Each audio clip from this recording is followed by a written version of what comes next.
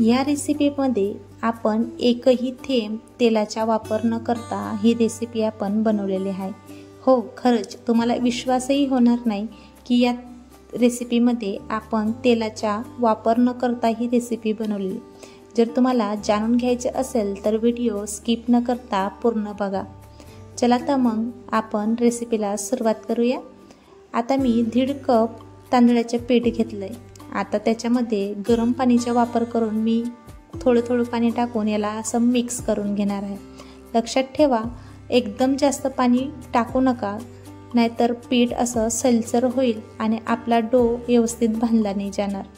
आता आपण मस्त थोडं पाणी टाकून घेतलं आणि आता अलगद हाताने मस्त आपण याला मळून घेणार आहोत। आपण चपातीचा पीठ जसं मळतो, चपातीचा डो जसा मळतो त्या पद्धतीने आपल्याला हे पीठ असं लोण्यासारखं मळून घ्यायचे। बघा, या प्रकारे मी पीठ मस्त असं मळून घेतलेलं आहे।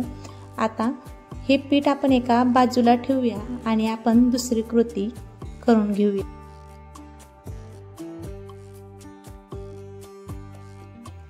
एका मिक्सिंग बाउलमध्ये मध्यम आकाराचा कांदा मी बारीक चिरून घेतलेला तो टाकते आणि परत एक मध्यम आकाराचा टोमॅटो तोही बारीक चिरून घेतलेला आहे तोही टाकते आणि शिमला मिरची ती पण मस्त असं बारीक चिरून घेतली होती ती त्यात घालते आणि 4 हिरव्या मिरच्यांचा मी वापर करते। मिरची तुमच्या आवडीप्रमाणे तुम्ही कमी जास्त करू शकता आणि भाज्याही तुम्ही आवडीप्रमाणे कमी जास्त करू शकता। हवं तर तुम्ही गाजर बीटाचाही वापर करू शकता। माझ्याकडे जेवढ्या भाज्या होत्या मी तेवढ्या टाकल्या। आता मी अर्धा चम्मच आलं किसून घेतलं होतं, आलं किसायच्या किसणीने मी ते टाकलं आणि अर्धा चमचा मी जिऱ्याचा वापर करते। हवं तर तुम्ही जिरा पावडरचाही वापर करू शकता। आता मी अर्धा चमचा हळद आणि गरम मसाला आणि अर्धा चमचा पावडर मी अर्धा चमचा टाकली। हवं तर तुम्ही चिली फ्लेक्सही टाकू शकता। आता मी मोठा कप भरून बेसन पीठ घातलं आणि ते मस्त असं मिक्स करून घेणार आहोत। बेसन पिठाचा वापर पण तुम्ही कमी जास्त करू शकता, पण 1.5 कप आपण तांदळाचे पीठ घेतलं त्याला आपण 1 कप बेसनाच्या पिठाचा वापर करतोय। हे पीठ आपल्याला पुरेसं आहे। बघा, आता आपण मिक्स करून घेतलं। आता थोडं पाणी टाकून आपण याला मस्त असं मिक्स करून घेणार आहोत। जसं आपण भजी किंवा पकोडे बनवतो नाही का, त्याप्रमाणे आपल्याला हे बॅटर बनवून तयार करून घ्यायचे। लक्षात ठेवा, हे बॅटर जास्त सैलसर आपल्याला बनवायचे नाही, थोडं घट्टसरच हे बॅटर आपल्याला राहू द्यायचे। आता तुम्हाला प्रश्न पडला असेल की आपली रेसिपीचे नाव काय आहे, तर रेसिपी आपण वड्यांची बनवतोय, जी तांदळाच्या पिठापासून आणि बेसनच्या वापरच्या करून आपण ही वड्यांची रेसिपी बनवतोय। वडींची रेसिपी तुम्ही भरपूर वेळेस बघितली असेल, गव्हाच्या पिठाच्या वड्या बनवल्या असतील किंवा ज्वारीच्या पिठाच्या वड्या बनवल्या असतील, पण तांदळाच्या आणि बेसनाच्या वड्या आपण पहिल्यान वेळेसच बनवतोय। बघा, आता मी मस्त आपलं हे बॅटर मळून ठेवून दिलेलं आहे। आता चवीप्रमाणे आपण मीठ घालूया आणि भरपूर अशी चिरलेली कोथिंबीरचा वापर खूप जास्त करायचा, कारण कोथिंबीर टाकल्याने या वडीला मस्त असा क्रिस्पीपणा येतो आणि खायला तर अतिशय भन्नाट ही रेसिपी लागते। आता बघा, या प्रकारे आपण सगळं मिक्स करून घेतलंय। मला थोडा पाण्याचा वापर अजून करायचा होता, म्हणून मी 1 चम्मच पाणी टाकलं आणि अजून मिक्स करून मस्त याला सैलसर बनवून घेतलं। आता बघा, कन्सिस्टन्सी आपल्याला अशी ठेवायची या पद्धतीने, जास्त घट्टही नाही आणि जास्त पातळही नाही। आता चला आपण हे एका साईडला ठेवूया। आता जे मळून आपण पीठ ठेवलं होतं ते बघून घेऊया। आता बघा, मस्त हे पीठ असं आपलं मळून झालेलं आहे, पण आता मला वाटतंय की हे थोडं अजून मळावं, म्हणून मी अजून परत मळून घेते। या पद्धतीने आपण मळून घेऊया। बघा, आपलं पीठ मस्त असं लोण्यासारखं मळून तयार झालेलं आहे। आता आपण याला 2 भागामध्ये डिवाइड करून मस्त असे गोळे बनवून तयार करून घेऊया। आता मी 2 गोळे बनवून तयार करून ठेवून घेतलेले आहेत। आता आपण याची चपाती लाटून घेऊया। बघा, मी तांदळाचे पीठ घेतलं, त्याला मस्त असं उंड्याला लावलं आणि आता याला असं जशी आपण चपाती लाटतो त्या प्रकारे आपण ही आता चपाती लाटून तयार करून घेणार आहोत। चपाती लाटत असताना फक्त एका गोष्टीची काळजी घ्या की चपाती जास्त जाड पण नाही आणि जास्त पातळही आपल्याला लाटायची नाही।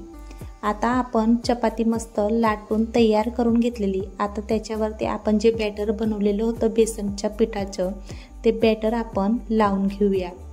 या मी व्हिडिओमध्ये दाखवते त्या पद्धतीने हे बॅटर लावा आणि बॅटर लावत असताना चपातीच्या अवतीभोवती अर्धा इंचाच्या किंवा 1 इंचाचा भाग थोडा मोकळाच ठेवा, जेणेकरून आपल्याला रोल जेव्हा आपण बनवतो तेव्हा हा रोल इझिली आपल्याला बनवून तयार होऊन जाईल आणि बॅटर जास्त बाहेर निघणार नाही। या गोष्टीची काळजी मात्र नक्की घ्या।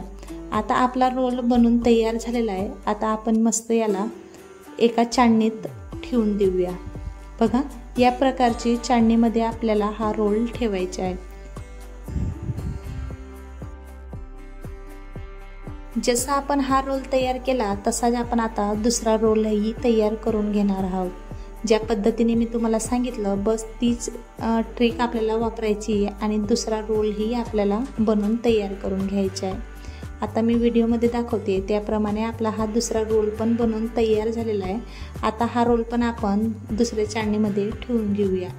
बघा, आपले दोघं रोल मस्त असे बनवून तयार झालेले आहेत। आता याला आपण स्टीम करून घेऊया।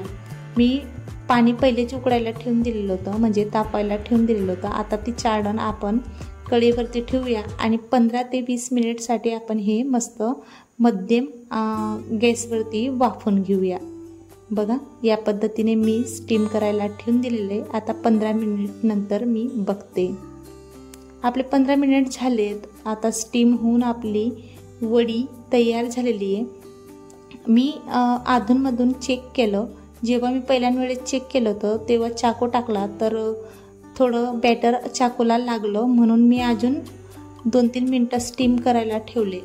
एकूण आपल्याला 15 मिनिट लागलेत। आता मी चेक करते। बघा, चाकूला काय बॅटर लागलं नाही, समजून घ्यायचं की आपलं रोल मस्त असे शिजून झालेले आहेत। स्टीम झालेले रोल मी एका ताटामध्ये 2-3 मिनिटासाठी गार करून ठेवून घेतलेले आहेत। आता हे रोल आपले मस्त असे गार होऊन तयार झालेले आहेत। आता अर्धा इंचाचा गॅप ठेवून आपण हे मस्त वड्या कट करून घेणार आहोत। बघू शकता तुम्ही किती मस्त असा कलर आपल्या या वडींना आलेला आहे।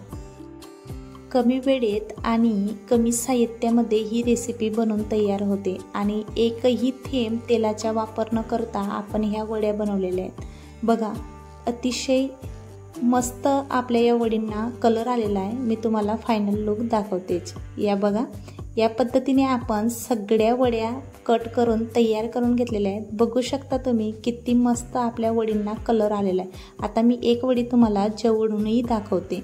बघा, या पद्धतीने आपण वड्यांची रेसिपी तयार केलेली। तुम्हाला ही रेसिपी कशी वाटली मला कमेंटमध्ये नक्की सांगा आणि थोडीशीही जरी तुम्हाला ही रेसिपी आवडली असेल तर रेसिपीला एक लाईक मात्र नक्की करा। अगदी सोपी आणि सरळ ही रेसिपी आहे। ही रेसिपीमध्ये आपण एकही थेंब तेलाचा वापर नाही केलेला आहे। अगदी ऑइल फ्री ही रेसिपी बनवून आपण तयार केलेली आहे। कशी वाटली तुम्हाला रेसिपी कमेंटमध्ये नक्की सांगा। आशा करेल ही रेसिपी तुम्हाला नक्कीच आवडली असेल। भेटूया पुढच्या जशा नवीन रेसिपीमध्ये। तोपर्यंत धन्यवाद।